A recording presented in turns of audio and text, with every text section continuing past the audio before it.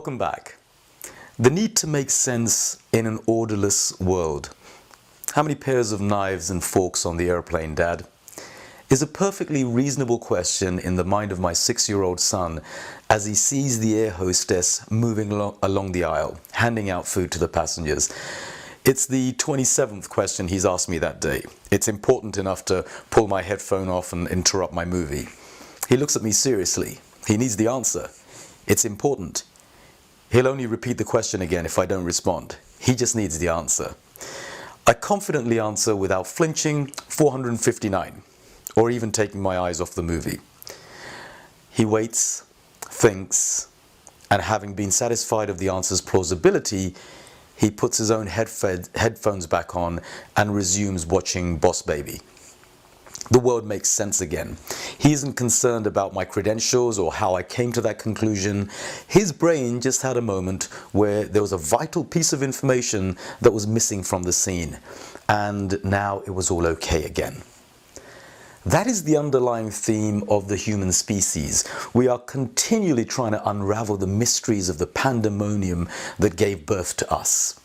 Humans have been trying to tame the disarray around them since time began. Everything that has had a direct or indirect impact on our lives needs to be understood and harnessed, from predicting the timing of the changing of seasons to how the stock markets might fluctuate around the world. We need to feel that there is an element of knowing that we can bring to bear so that we are the ones able to make informed decisions. There's something in our makeup that needs explanations for all things. As children, we never stop questioning. We demand answers from our parents, and we assume two significant things innately. Firstly, that there is always going to be an answer. Secondly, that the answer will be one which we will readily be able to grasp. From the moment we started to live in small tribes and communities, children have asked their parents to proffer explanations as to how the world operates. Those parents in turn ask the elders of their communities to answer those questions that they themselves had about this strange universe they were in. And if the elders were stumped, well, they escalated the problem to third-line support. The spiritual leaders, who could then apparently invoke the ultimate unseen parent in the sky, who seemingly knew about all things.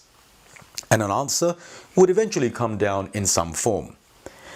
An answer, any answer, was all that the people needed. Why is it, O priest, that some years the mighty Nile floods, totally destroying our crops and starving our people? And then in other years, it's as dry as a bone, so that we almost die of thirst. And yet in other years, it is so perfectly balanced that we have crops, fish, abundance, and health. How is that? The people look to the elders, the spiritual leaders who are in tune with a much higher power. They seek answers, any answers. It just all needs to make sense. Because the gods are displeased with us and they deemed sacrifice. They use the mighty river to punish us for the sins of last year. If we offer them the blood of one amongst you, then Khonsu, the moon god, will be pleased, and then he will ask his brother Hep to restore balance to the mighty Nile, comes the answer. The people think to themselves, nod, sounds plausible, the world makes sense again, and off they go and look for some poor unwitting sap who they can volunteer to be the suitable offering to the gods. We need order. We need to make sense of the world so that we can not only know what is, but so that we can actually tame chaos and uncertainty itself and possibly attempt to master what is to come. A formula for knowing how things work so that we can predict what will happen next is the ultimate aim of humanity. It always has been. And thankfully, the universe and reality does indeed seem to follow a set of unchanging rules. We call the resulting insight science.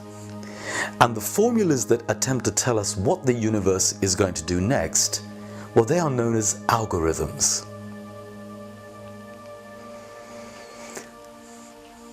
So the taming of chaos, that the universe does appear to work within a framework of parameters, and the language of maths is what we use to define how the universe operates within this framework.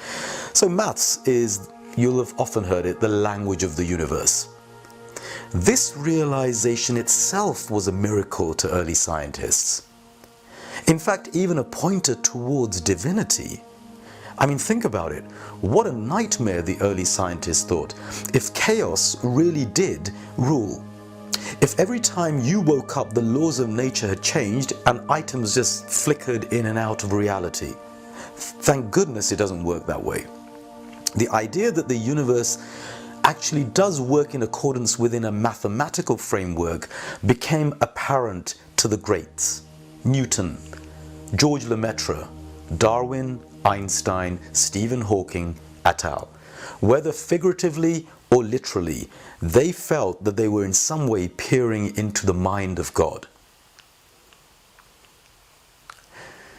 The idea that processes and formula within maths could be used to define what is and what will happen has been with us since ancient times. But the term we use to define these processes actually stems back to a 7th century Persian, a scholar by the name of Muhammad al-Khwarizmi. Al-Khwarizmi had written a book called The Compendious Book on Calculation by Completion and Balancing. Catchy. This has been recognized, however, as the first formal work on the solution of quadratic and linear equations. The book was translated from the original Arabic to Latin by Robert of Chester in the 10th century, and then for the next 600 years, it became the mathematical textbook for European universities.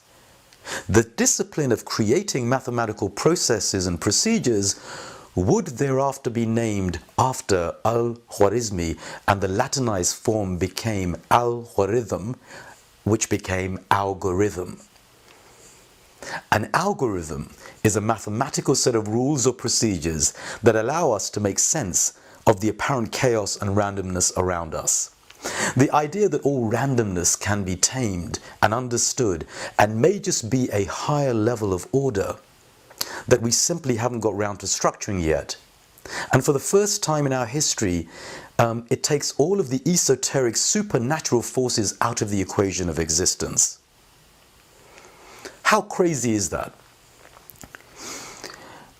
And so started this phenomena which threatened the very lives of people in history. The idea of non-overlapping magisteria. In other words, don't mix science and religion. As Galileo said when pressed about his incendiary new thoughts, the Bible shows the way to go to heaven, not the way the heavens go. In his mind, he knew that in order to truly understand how the heavens worked, you needed maths and you needed algorithms. So let's dive in, bring a spotlight. It's going to get very dark in here very quickly. Let's go.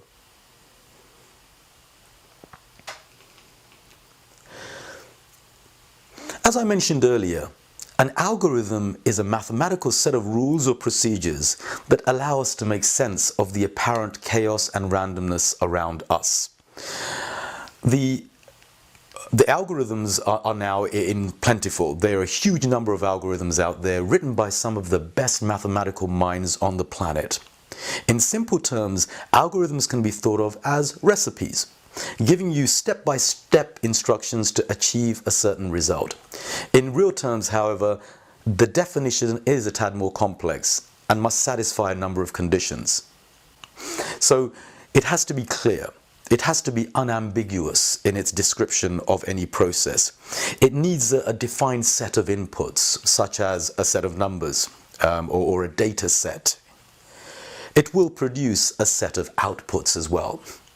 And it will terminate at some point to give you an answer at the end. It can't go on to infinity. Mathematics is weird. In theory, there are algorithms that need a long time to run or even infinity, but these would be useless to us as humans. So we dispense with them. We need the practical stuff. Here's an often cited example of how algorithms work. It's just the example or the parallel of baking bread. And so essentially you would get the ingredients, you'd mix the ingredients. Number 3, you'd put it in the oven. Number 4, you would cook until a certain time and at a certain temperature. And then you would take out and wait till it cools. End of that algorithm. And so you can see that it can be very, very simple. But for us at this stage, there is a slight difference between algorithms and a formula in maths, but don't worry too much about it. Consider them to be the same at this stage.